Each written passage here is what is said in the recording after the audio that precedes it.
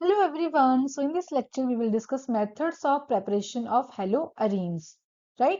तो हम लोगों ने preparation of haloalkane complete कर लिया है और अब बारी आती है haloarenes की. So haloarene का स्ट्रक्चर आपको पहले क्लियर होना चाहिए.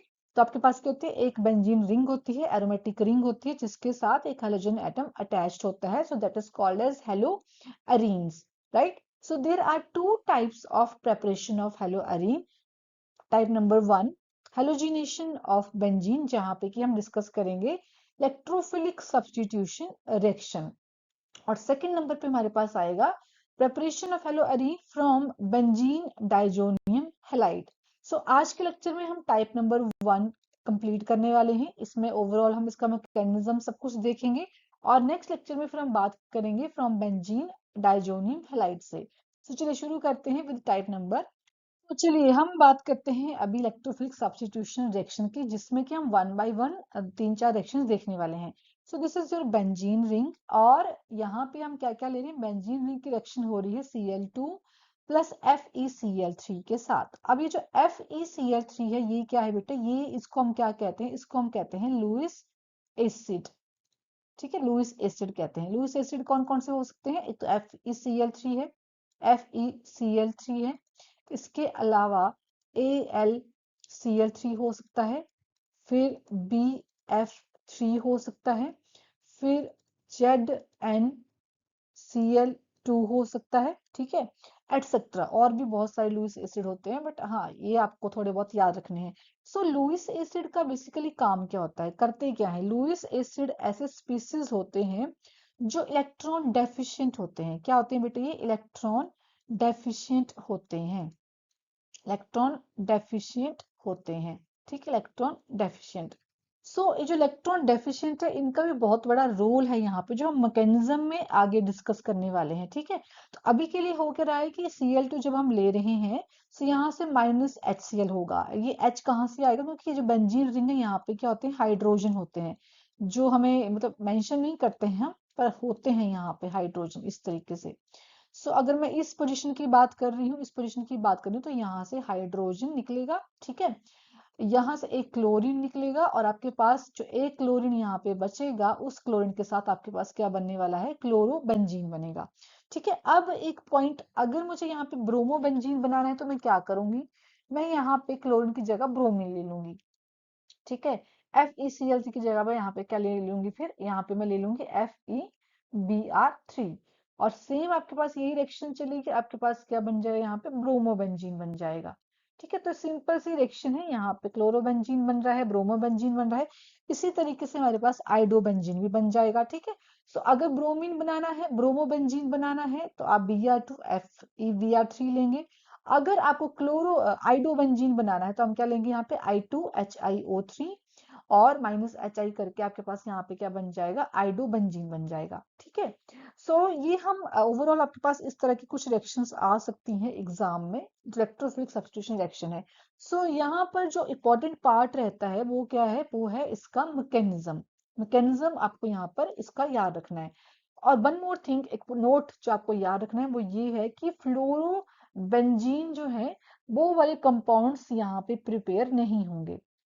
क्यों नहीं होंगे, क्योंकि हमें पता है कि फ्लोरीन के जो कंपाउंड्स होते हैं वो हाईली रिएक्टिव होते हैं नेचर में. जब भी फ्लोरीन कंपाउंड बनता है तो वो हाईली रिएक्टिव होता है, विद इन सेकेंड्स इसकी रिएक्शन हो जाती है. ठीक है, जिसकी वजह से ये हाईली एक्सप्लोसिव भी हो सकता है. So fluorine compounds are not prepared by this because of high reactivity of fluorine, and hence the reaction will be highly exothermic. Reaction बहुत ही एक्सोथर्मिक हो जाती है और फिर एक्सप्लोजन के चांसेस हो जाते हैं. उस रीजन की वजह से यहाँ पे फ्लोरोबेंजीन नहीं बनेगा. ठीक है, चलिए अब हम बात करते हैं इसके मैकेनिज्म की. सो मैकेनिज्म में पहले हम देखेंगे जनरेशन ऑफ इलेक्ट्रोफाइल. ठीक है, ध्यान से आप लोगों ने अंडरस्टैंड करना है, बहुत ही इंपॉर्टेंट है ये मैकेनिज्म इसका. ठीक है, अब देखो जनरेशन ऑफ इलेक्ट्रोफाइल में हमने क्या कहा कि बेंजीन के साथ हम क्या लेने वाले हैं, क्लोरीन लेने वाले हैं, Cl2 है ना, प्लस साथ में क्या था, प्लस साथ में था FeCl3. अब बेटे ये जो FeCl3 है ये क्या है, ये इलेक्ट्रॉन डेफिशिएंट है, लुईस एसिड है ना ये, तो ये क्या हुआ, इलेक्ट्रॉन डेफिशिएंट है। सो इलेक्ट्रॉन डेफिशिएंट का मतलब होता है कि उसको इलेक्ट्रॉन्स चाहिए, जिसके पास जो चीज नहीं होती है उसको वही चीज चाहिए होती है। तो इसको भी क्या चाहिए, इसको इलेक्ट्रॉन चाहिए। अब क्योंकि यहाँ पे जो क्लोरीन के बीच में बॉन्ड बना हुआ है वो दो इलेक्ट्रॉन के साथ बना हुआ है, तो होगा क्या कि जो क्लोरीन है ये दोनों इलेक्ट्रॉन्स अपने पास ले लेगा। ठीक है, दोनों इलेक्ट्रॉन अपने पास ले लेगा, जिस रीजन की वजह से यहाँ पे आ जाएगा पार्शियल नेगेटिव चार्ज और यहाँ पे आ जाएगा पार्शियल पॉजिटिव चार्ज। ठीक है, अब क्या होगा, ये जो पार्शियल का मतलब है कि अभी तक कंप्लीटली इलेक्ट्रॉन ट्रांसफर नहीं हुआ है। ठीक है, इसको हम पार्शियल यूज करते हैं, जब कंप्लीट इलेक्ट्रॉन ट्रांसफर हो जाता है तो हम directly plus minus sign use करते हैं। तो ये क्या बन गया हमारे पास, ये तो आ गया आपके पास लुईस एसिड। अब लुईस एसिड ने क्या किया, इस क्लोरीन में जो इलेक्ट्रॉन इसने ऑलरेडी खींचे हुए हैं उन इलेक्ट्रॉन को ये अपनी साइड खींच लेगा। अब आपने ये एरो का भी ध्यान रखना है। ठीक है, ये एरो कहाँ पे जा रहे हैं ये आपको थोड़ा सा ध्यान रखना पड़ेगा। क्लियर है, अब यहाँ पे क्या हो जाएगा कि एक जो Cl है वो तो रह गया पीछे, उसके ऊपर आ गया पॉजिटिव चार्ज, और जो दूसरा Cl था वो कहाँ चला गया, FeCl3 के पास चला गया।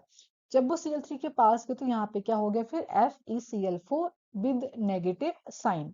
अब देखो, ये जो यहाँ पे Cl पॉजिटिव जनरेट हुआ इसको अब हम क्या कहेंगे, इसको अब हम कहेंगे इलेक्ट्रोफाइल। ठीक है, ये क्या बन गया बेटे, यहाँ पे ये बन गया आपका इलेक्ट्रोफाइल। जो क्लोरीन पॉजिटिव, जो Cl के ऊपर पॉजिटिव चार्ज आया ना, वो क्या बन गया, इलेक्ट्रोफाइल बन गया। अब नेक्स्ट स्टेप में क्या होगा, नेक्स्ट स्टेप की बात करते हैं। नेक्स्ट स्टेप में attack of electrophile on aromatic ring. अब हम लेंगे यहाँ पे एक एरोमेटिक रिंग। ठीक है, ये आ गई आपके पास एरोमेटिक रिंग, और साथ में यहाँ पे जो Cl पॉजिटिव आया है उसको भी लिखेंगे। अब हो क्या रहा है कि Cl पॉजिटिव के पास अब इलेक्ट्रॉन कम हो गए हैं। अब ये क्या करेगा कि बेंजीन रिंग से उधार ले लेगा इलेक्ट्रॉन, उधार ले लेगा या मांग लेगा कि मुझे इलेक्ट्रॉन्स चाहिए। सो ये जो पाई इलेक्ट्रॉन आपको यहाँ पे दिख रहे हैं ये वाले, ये क्या करते हैं, ये क्लोरीन को इलेक्ट्रॉन दे देते हैं। ठीक है, जैसे ही ये क्लोरीन को इलेक्ट्रॉन दे देंगे तो आपके पास यहाँ पे कुछ इस तरह का स्ट्रक्चर बनेगा। ठीक है, कुछ इस तरह का स्ट्रक्चर बनेगा। यहाँ पे आपके पास क्या आ जाएगा, Cl। अब ध्यान रखना कि जब भी हम किसी भी पोजीशन की बात कर रहे हैं तो मैंने आपको क्या बताया कि हर पोजीशन के ऊपर हाइड्रोजन एटम होता है। हम इसको शो नहीं करते हैं बट एक्चुअल में वहां पे वो होता है।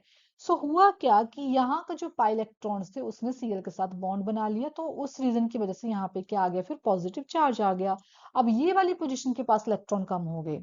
ठीक है, अब क्या होगा, क्योंकि हमें पता है कि ये जो है वो एरोमेटिक रिंग है जहाँ पे रेजोनेंस होते हैं, इलेक्ट्रॉन्स जो पाई इलेक्ट्रॉन्स हैं वो पूरी रिंग में घूमते रहते हैं। सो उस रीजन की वजह से इधर क्या हो जाएगा कि जो पॉजिटिव चार्ज है ये रिंग के अंदर घूमता रहेगा, सो दैट कि यहाँ पे स्टेबिलिटी बनी रहे।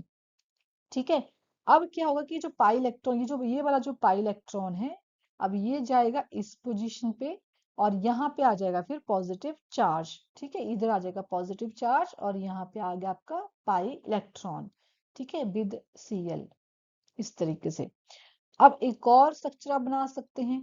अब क्या होगा, अब जो नेक्स्ट वाला पाई इलेक्ट्रॉन है, पाई क्लाउड है, वो आएगा इस पोजीशन पे, और फर्दर आपके पास जो पॉजिटिव चार्ज है वो कहाँ आ जाएगा, फिर पॉजिटिव चार्ज शिफ्ट होके आ जाएगा इस वाली पोजीशन पे, यहाँ पर।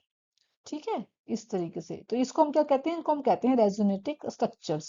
सो तीन स्ट्रक्चर बन गए आपके यहाँ पे रेजोनेटिक स्ट्रक्चर। अब देखो, अगर मुझे इसको ओवरऑल लिखना है तो मैं कैसे लिखूंगी इसको, मैं कुछ इस तरीके से इसको लिख सकती हूँ। कैसे लिखूंगी मैं इसको, that is benzene ring, benzene ring, और इसको मैं कुछ इस तरीके से दिखाऊंगी विद पॉजिटिव चार्ज, मतलब कि यहाँ पे पार्शियल पॉजिटिव चार्ज है रिंग के ऊपर। कहाँ कहाँ पे है, यहाँ पे इस पोजीशन पे है। ठीक है, इस पोजीशन पे है, और साथ में इस पोजीशन पे पॉजिटिव चार्ज है, और इधर क्या है, इधर है आपके पास क्लोरीन। तो इसको हम क्या कहेंगे, इंटरमीडिएट स्ट्रक्चर कहेंगे। ठीक है, ये जो बना ना आपके पास लास्ट में, ये क्या है, इंटरमीडिएट स्ट्रक्चर है। अब बात करते हैं थर्ड स्टेप की। थर्ड स्टेप में क्या हो रहा है, थर्ड स्टेप में हो रही है removal of H positive, removal of H positive ion and gaining aromaticity. ठीक है, मतलब कि दोबारा से आपकी जो रिंग है उसके ऊपर जो पॉजिटिव चार्ज आया है उसको अब हमने रीगेन करके दोबारा से जो एरोमेटिक स्ट्रक्चर होता है वहां पे पहुंचना है। चलिए, सो अब क्या होगा कि ये है आपके पास एरोमेटिक रिंग। ठीक है, हमने क्या कहा कि यहाँ पे आ गया आपके पास पॉजिटिव चार्ज। अब मैं एक पोजीशन की बात करूँ, यहाँ पे पॉजिटिव चार्ज था, राइट। यहाँ पे क्या था, यहाँ पे क्लोरीन है, और साथ में मैंने क्या कहा कि यहाँ पे एक हाइड्रोजन भी होता है। अब क्या हुआ, क्योंकि यहाँ पे पॉजिटिव चार्ज आ चुका है, सो रिएक्शन किसके साथ हो रही है, FeCl4 नेगेटिव के साथ, जो हमारा फर्स्ट पोजीशन पे, फर्स्ट इसमें आपने देखा भी था कि जनरेट हुआ था। ठीक है, इलेक्ट्रोफाइल के साथ ही जनरेट हुआ था। तो होगा क्या कि जो हाइड्रोजन है, ये हाइड्रोजन क्या करेगा, अपने इलेक्ट्रॉन यहाँ पे दे देगा। ठीक है, जैसे ही इलेक्ट्रॉन ये दे देगा, तो यहाँ से H पॉजिटिव जो आयन है वो बाहर निकल जाएगा। ठीक है, बाहर निकल जाएगा, और आपके पास जो रिंग, जो फाइनल स्ट्रक्चर यहाँ पे बनेगा वो क्या होगा, कुछ इस तरह से, दैट इज Cl, ठीक है, फ्लोरोबेंजीन प्लस FeCl3। अब आप कहेंगे ये Cl4 नेगेटिव था, ये Cl3 क्यों हो गया, क्योंकि यहाँ से जो H पॉजिटिव निकला ना, उसके साथ एक Cl बाहर निकल जाएगा। ठीक है, सो फाइनली हमारे पास क्या आ गया यहाँ पे, दैट इज क्लोरोबेंजीन। ऐसे ही हम ब्रोमीन वाली मैकेनिज्म भी समझ सकते हैं, राइट। ऐसे आयोडो का भी समझ सकते हैं। सो इस तरीके से हमारे पास 3 स्टेप रहते हैं मैकेनिज्म के, जो आपको ध्यान से समझने हैं। अगर एक बार आप प्रैक्टिस करेंगे तो इजीली आपको ये समझ भी आ जाएगा। ठीक है, सो ये हो गया हमारे पास क्लोरोबेंजीन की जनरेशन। चलिए अब बात कर, चलिए तो बच्चे देखो, हमने अभी बेंजीन रिंग के रिस्पेक्ट में बात की, बट आपके पास question with respect to benzene ring के अलावा और भी आ सकते हैं। जैसे कि मान लीजिए कि बेंजीन रिंग के साथ कोई इस तरह का ग्रुप अटैच है, CH3 ग्रुप अटैच है ना, या फिर कोई और भी हो सकता है। सो अब अगर इस तरह के ग्रुप अटैच होते हैं तो आपकी सब्स्टिट्यूशन किस तरह से रहने वाली है, वो हम अंडरस्टैंड कर रहे हैं अभी। ठीक है, सो यहाँ पे दो तरह के ग्रुप्स हो सकते हैं, एक होते हैं इलेक्ट्रॉन रिलीजिंग ग्रुप्स और दूसरे होते हैं electron withdrawing group. Electron releasing group क्या करते हैं, इलेक्ट्रॉन रिलीजिंग ग्रुप जो होते हैं वो क्या करते हैं, रिंग को एक्टिवेट कर देते हैं। इनका पहला काम क्या होता है कि ये रिंग को एक्टिवेट कर देते हैं। ठीक है, दूसरा काम इनका क्या होता है, दूसरा काम इनका ये होता है कि ये ऑर्थो पैरा डायरेक्टिंग होते हैं, ऑर्थो पैरा डायरेक्टिंग। ठीक है, अब ये रिंग को एक्टिवेट करें उसके लिए भी हमें रेजोनेंस स्ट्रक्चर जो है वो समझने पड़ेंगे। अभी मैं वहां नहीं जा रही हूँ, अभी हम डायरेक्टली हम बात कर रहे हैं कि अगर आपके पास हेलोजिनेशन करवानी है तो किस तरह का प्रोडक्ट बनेगा। ठीक है, अब मान लीजिए आपके पास जो CH3 ग्रुप है ये अटैच है, और यहाँ पे हेलोजिनेशन करनी है, मुझे हेलोजिनेशन करनी है। ठीक है, इलेक्ट्रोफिलिक सब्स्टिट्यूशन करनी है। सो मैं यहाँ पे ले रही हूँ AlCl3। अब क्या प्रोडक्ट बनेगा, प्रोडक्ट बनने वाला है हमारे पास ऑर्थो वाला प्रोडक्ट बनेगा एक, और दूसरा बनेगा पैरा वाला प्रोडक्ट। ठीक है, सो यहाँ पर ये है CH3 group, this is CH3। अब आप लोग सोचो कि जो Cl2 है वो ऑर्थो पोजीशन पे जा रहा है, तो ऑर्थो पोजीशन कौन सी होंगी विद रिस्पेक्ट टू CH3, ये वाली होगी। ठीक है, ये वाली।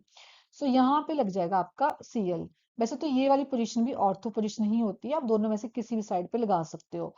और दूसरा प्रोडक्ट जो यहाँ पे बनेगा वो कौन सा बनेगा, मेटा। ठीक है, मेटा वाला, मतलब कि CH3 के रिस्पेक्ट में आपके पास मेटा पोजीशन पे क्या आएगा, मेटा पोजीशन पे आएगा Cl। सो इसका मतलब क्या हुआ, जो मैंने यहाँ सेकंड पॉइंट लिखा कि ऑर्थो पैराडायरेक्टिंग होते हैं, मतलब कि ये जो ग्रुप्स होते हैं, ये जो ग्रुप्स होते हैं, ये हैलोजन को डायरेक्ट करते हैं कि आप इस पोजीशन पे जाओ या इस पोजीशन पे जाओ या इस पोजीशन पे जाओ। क्योंकि यहाँ पे CH3 ग्रुप है, तो CH3 ग्रुप कौन सा ग्रुप होता है, इलेक्ट्रॉन रिलीजिंग ग्रुप होता है, जो रिंग को एक्टिवेट कर देता है, जिस रीजन की वजह से जो भी हैलोजन एटम होगा वो ऑर्थो पोजीशन पे जाएगा या फिर वो पैरा पोजीशन पे जाएगा। ठीक है, अब ये कौन कौन से हो सकते हैं, जैसे आप इनको याद कर सकते हो, आपके पास 11th क्लास में भी आपने ये पढ़ा होगा। ठीक है, कौन कौन से हो सकते हैं, CH3 ग्रुप है, जैसे कि मैंने यहाँ पे लिखा भी है। ठीक है, CH3, कोई भी R ग्रुप ले लो, C2H5 ले लो, कोई भी और अल्केन ले सकते हो आप, ये सारे ही क्या होते हैं, इलेक्ट्रॉन रिलीजिंग होते हैं। इसके अलावा आपके पास अल्कोहल ले लो, ठीक है, OH, ये भी क्या होते हैं, इलेक्ट्रॉन रिलीजिंग ग्रुप होते हैं। सो इस तरह के ग्रुप्स होंगे तो वो क्या करेंगे, ऑर्थो पैरा डायरेक्टिंग होंगे, मतलब कि हेलोजन एटम को वो डायरेक्ट करेंगे कि ऑर्थो पोजीशन पे जाओ या फिर पैरा पोजीशन पे जाओ। चलिए अब बात करते हैं इलेक्ट्रॉन विड्रॉइंग ग्रुप्स की। इलेक्ट्रॉन विड्रॉइंग ग्रुप क्या करते हैं, इनका काम होता है कि रिंग को डीएक्टिवेट कर देते हैं, रिंग को डीएक्टिवेट कर देते हैं। सेकंड कि ये मेटा डायरेक्टिंग होते हैं, मेटा डायरेक्टिंग होते हैं, मेटा डायरेक्टिंग। कौन कौन से ग्रुप्स ये हो सकते हैं? आपके पास ये आ जाते हैं NO2 वाले ग्रुप्स, ठीक है। इसके अलावा आपके एसिड्स हो गए, COOH, ठीक है, एक सेकेंड, COOH, ठीक है। इसके अलावा साइनाइड ग्रुप ले लो, ये भी क्या होते हैं, ये भी इलेक्ट्रॉन विड्रॉइंग ग्रुप होते हैं। या फिर एस्टर ले लो, COOR, ये सारे कौन से होते हैं, इलेक्ट्रॉन विड्रॉइंग ग्रुप होते हैं। अब देखो, अगर मेरे पास ये बेंजीन रिंग है, ये बेंजीन रिंग है, और यहाँ पर इस पोजीशन पे NO2 है मान लीजिए, ठीक है, नाइट्रोबेंजीन है, और मुझे यहाँ पे करवानी है हेलोजिनेशन, हेलोजिनेशन करवानी है Cl2। सो अब आप लोग बताओ कि जो हेलोजन एटम है वो कौन सी पोजीशन पे जाएगा, कौन सी पोजीशन पे जाने वाला है विद रिस्पेक्ट टू NO2। हमने क्या कहा कि NO2 जो है वो इलेक्ट्रॉन विड्रॉइंग ग्रुप है। इलेक्ट्रॉन विड्रॉइंग ग्रुप क्या करते हैं, मेटा डायरेक्टिंग होते हैं, मतलब ये ग्रुप डायरेक्ट करेगा हेलोजन एटम को कि तुम मेटा पोजीशन पे जाओ। सो NO2 के रिस्पेक्ट में मेटा पोजीशन कौन सी है, ये वाली है, ये वाली, ठीक है। तो यहाँ पे होगा फिर Cl। सो इस जो कंपाउंड है उसके रिस्पेक्ट में आपको पता होना चाहिए कि कौन सी ऑर्थो है, ठीक है, कौन सी मेटा है, और कौन सी पैरा पोजीशन है। क्लियर है जी? तो अगर ये पोजीशन आपको समझ में आ गई है तो इनके रिस्पेक्ट में आपको ये पता होना चाहिए कि इलेक्ट्रॉन रिलीजिंग ग्रुप है या इलेक्ट्रॉन विड्रॉइंग ग्रुप है। अकॉर्डिंगली वहां पर इलेक्ट्रोफिलिक सब्स्टिट्यूशन होगी फिर। ठीक है, सो आज के क्लास में इतना ही, मिलते हैं हम नेक्स्ट लेक्चर में। अगर आपको ये लेक्चर समझ में आ गया है तो कमेंट सेक्शन में जाकर जरूर बताइएगा कि कैसा लगा आपको लेक्चर। और keep learning with me and do subscribe my channel, give it a thumbs up. I'll see you in the next lecture.